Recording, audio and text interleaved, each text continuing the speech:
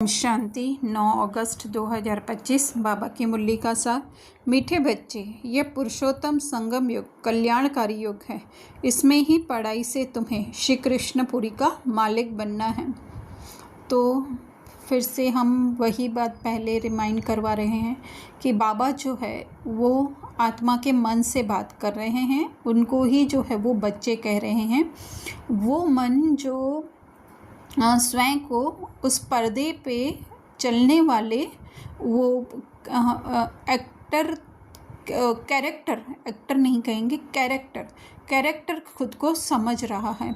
उसको बाबा कह रहे हैं कि अभी लास्ट की सीन जो है वो ऐसी चल रही है यहाँ जहाँ पे कि दो युग कंबाइंड हो रहे हैं या दो रोल कंबाइंड हो रहे हैं, है ना। कि एक तरफ कलयुग का जो है वो दुखदाई सीन है और दूसरी तरफ सतयुग का सुखदाई। उसके बीच की जो कड़ी है वहाँ उसको बाबा पुरुषोत्तम संगम युग कह रहे हैं। तो ये कल्याणकारी युग है ना। क्योंकि इस सृष्टि ड्रामा में जो है वो कर्म और जैसे कल भी बाबा ने कहा था कि कर्म और फल का जो है एक बना हुआ है सिद्धांत। तो जो है यहाँ पे हमें ज्ञान मिल रहा है नई दुनिया का, पुरानी दुनिया में होते हुए, पुरानी दुनिया का रोल प्ले करते हुए जो है हमें नई दुनिया का ज्ञान मिल रहा है और हमारे हाथ में पूरी चॉइस है। वैसे तो है ड्रामा अनुसार, लेकिन फिर भी जो है मन को उमंग उत्साह दिलाने के लिए कहा जाता है कि हमारे पास पूरी चॉइस है कि हम अपने सत्य स्वरूप में स्थित रह करके, क्योंकि बाहर की स्क्रिप्ट तो ड्रामा अनुसार प्ले होगी, लेकिन अंदर की हमारी स्मृति, हमारी स्थिति जो है अगर अपने मूल स्वरूप की होगी तो फिर जो है हम नई दुनिया में श्री कृष्ण बन सकेंगे। श्री कृष्ण एक सिंबल इस तरह से है कि बच्चे की तरह उसको दिखाया हुआ है। अर्थात कि जो हमारी नई मूवी शुरू होगी 84 जन्मों की, एक के बाद एक जो एपिसोड है उसका, तो उसमें जो है हमारी सतयुग की जो है वो बाल्यावस्था कहेंगे, है ना। वो स्थूल बाल्यावस्था नहीं, लेकिन जो है वो मन की जो है वो बाल्यावस्था या हमारी स्थिति की जो है वो बाल्यावस्था होगी, जिसमें कि हम जैसे उस बाल्यावस्था में, स्थूल बाल्यावस्था में जो है सतो प्रदान होते हैं, किसी बात का ज्ञान नहीं होता है। इसी तरह से इस नई सृष्टि पर जब सतयुग आएगा तो हमारे अंदर विकारों की अविद्या होगी, हमारे अंदर अर्थात मन के अंदर जो है विकारों की अविद्या होगी। बस उस छोटे बच्चे को जैसे कोई भी चलाता है या कोई भी उठा के घुमाता है या धीरे धीरे जब वो पैदल करने लगता है तो वो अपने मन मुआफिक जो है वो चलने लगता है, लेकिन एक एरिया के अंदर ही वो चलता है ना। तो इसी तरह से हमारा नया रोल भी जो है उस समय मन की स्थिति जो है वो हम कहें लिमिटेड नहीं कह सकते हैं, लेकिन जो है वो ऐसे होगी कि जैसे सतो प्रधान अर्थात सत्य में स्थित होगी, है ना। जैसे वो घर में स्थित होता है बच्चा, घर पे कहीं पे भी घूमता है, तो इसी तरह से जो भी हमारा रोल प्ले होगा वो सत्य में स्थित होगा। तो उसी को ही बाबा ने कहा श्री कृष्णपुरी का मालिक बनना, है ना। वो श्री कृष्ण, वो बाल्य अवस्था जैसी जो है हमारी स्मृति, हमारी स्थिति, उसी को ही श्री कृष्णपुरी का मालिक बनना कहा है। प्रश्न बाबा कह रहे हैं, बाप माताओं पर ज्ञान का कलश क्यों रखते हैं? कौन सी एक रिवाज भारत में ही चलती है? तो सबसे पहले हम ये जानेंगे कि ज्ञान का कलश अर्थात होता क्या है ना। तो एक तरीके से कहें कि जिम्मेदारी जो है वो माताओं पर क्यों दी है ना। तो हम इस तरह से समझ सकते हैं कि इस ड्रामा में जो है वो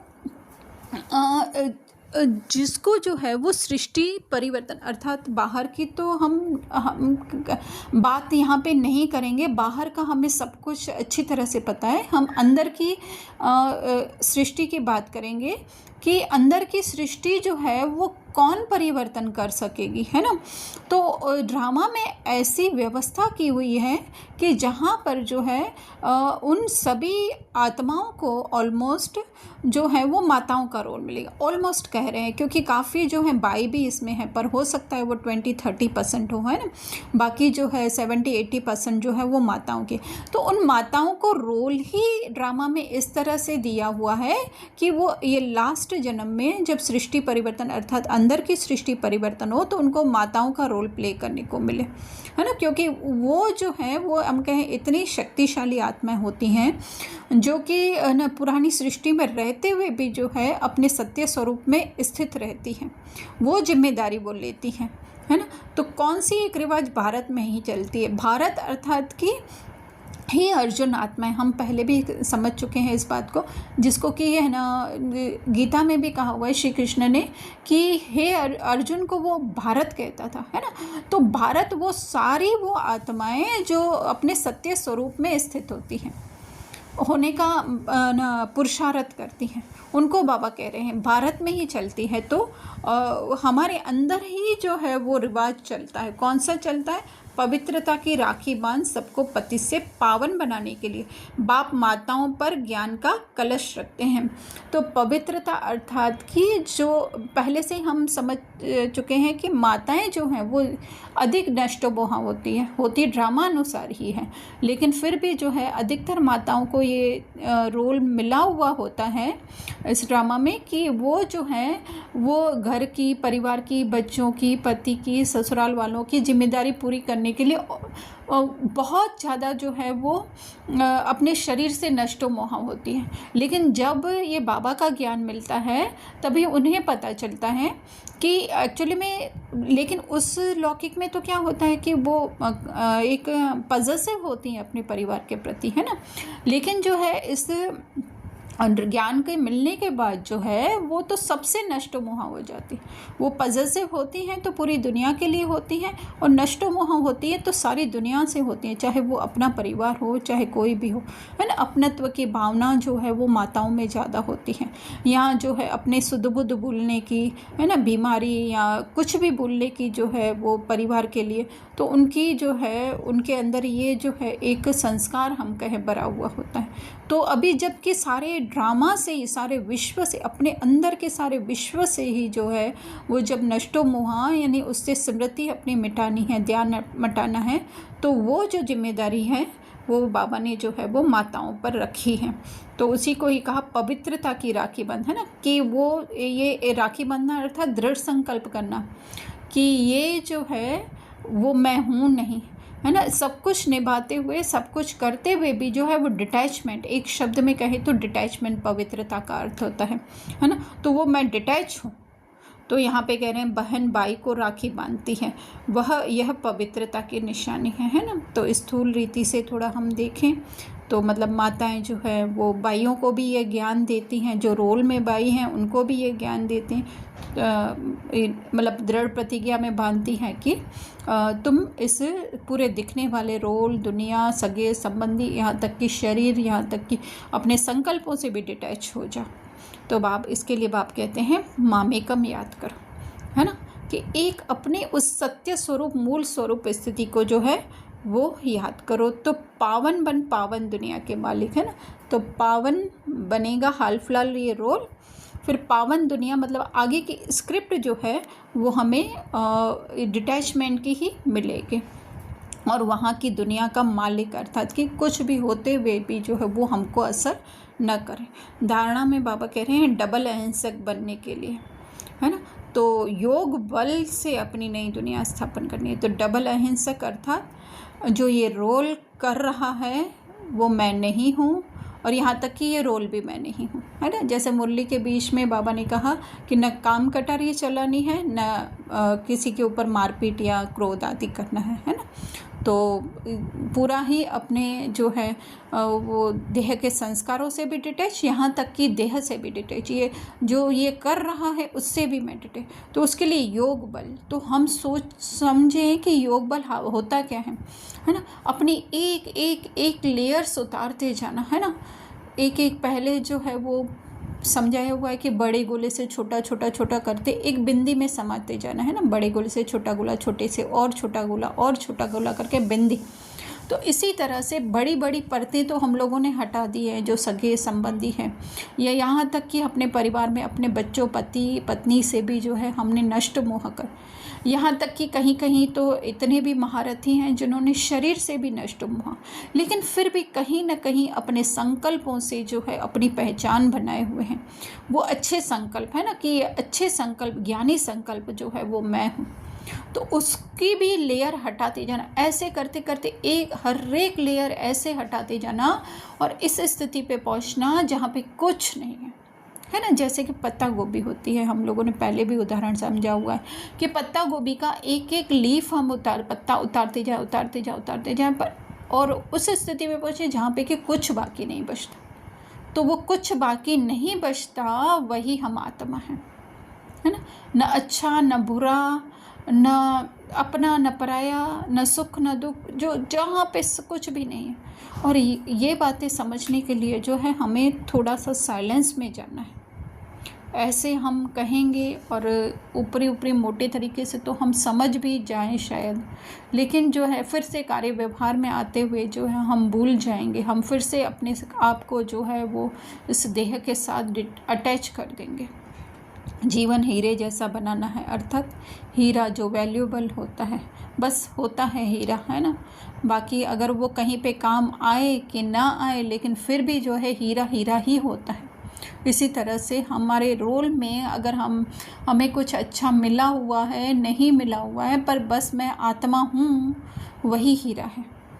फिर बाबा कह रहे हैं बाप जो सुनाते हैं, है ना, तो अर्थात कि जो वैसे तो ज्ञान के आधार से ज्ञान जो हम सुनते हैं उस पर विचार सागर मंथन करना है, पर एक स्थिति ऐसी भी आती है जहाँ पे कि इस ज्ञान को भी जो है हमें भूल जाना है, और उस साइलेंस में जो आवाज़ आए उस पर हमको विचार सागर मंथन करना है।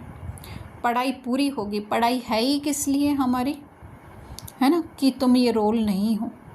तो जब हम पूरे इस रोल से, दिखने वाली दुनिया से डिटैच हो जाएंगे, तो हम उस कृष्णपुरी में, है ना, वो जो बच्चा कृष्ण है उसके जैसा बन जाएंगे। वरदान में बाबा कह रहे हैं अपवित्रता के नाम निशान को भी समाप्त कर हिज हॉलीनेस का टाइटल प्राप्त करने वाले होली हंस पर। तो यहाँ पे बहुत अच्छा बाबा कह रहे हैं कि व्यर्थ और समर्थ को अलग कर देते हैं। तो व्यर्थ है क्या, जो ये दिखने वाली दुनिया, जो सुनाई देने वाला है, जो कहीं पे भी हमको समझ में आता है, जो भी है वो सब व्यर्थ है। और समर्थ है सिर्फ एक आत्मा, तो वो समर्थ को अपना, उस आत्मा को अपना लेंगे, है ना। तो उनका आहार व्यवहार सब शुद्ध होता है। तो आहार व्यवहार तो स्थूल रीति से तो हम सब ने धारण कर ही लिया होगा, लेकिन सूक्ष्म अर्थात सोच भी जो है हमारी शुद्ध, अर्थात कि रोल के हिसाब से नहीं। अगर कुछ दिखाई भी देता है अपने या दूसरों के रोल में, तो वो मैं नहीं हूँ, न वो हैं, वो उसके पीछे जो है हम एक समान जो है वो आत्माएं हैं, वही शुद्ध होना, जिसको बाबा ने कहा अपवित्रता का नाम निशान भी, है ना, इस देहभान का, चाहे स्वयं के चाहे औरों के देहभान का नाम निशान समाप्त हो जाए, तब भविष्य में हिज हॉलीनेस का, है ना।